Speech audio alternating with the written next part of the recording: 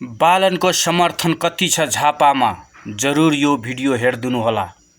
बालेन बालेन भनेर कराइरहेको दृश्य हामीले तपाईलाई देखाइरहेका छौं र अन्ततः राष्ट्रपाका वरिष्ठ नेता बालेन शाह झापा 5 बाट उनले उम्मेदवारी दर्ता गरेका छन्। पूर्व प्रधानमन्त्री तथा एमाले अध्यक्ष केपी शर्मा ओलीसँग प्रतिस्पर्धामा उत्रिएका बालेन मनोनयन दर्ता गर्न जाँदै गर्दाको यो भिड तपाईले देखाइरहेका छौं। हजारौं नेता कार्यकर्ताहरूले उहाँलाई पछ्याइरहेको दृश्य देखाइरहेका छौं।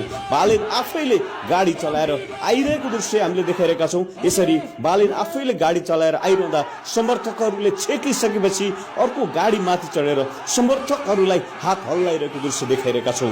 दर्शकवृन्द, धेरै संख्यामा नेता कार्यकर्ताको उपस्थिति हुँदै अहिले बालेन शाहले उम्मेदवारी दर्ता गराइसक्नु भएको छ। झापामा बालेनले हार्छन् भन्ने विभिन्न खालका टीका टिप्पणी आइरहेको अवस्थामा यो भिड देख्दै गर्दाखेरि बालेन शाहको उम्मेदवारी केपी ओलीका लागि भारी पर्न सक्छ भन्ने कुरा सहजै अन्दाज लगाउन सकिन्छ।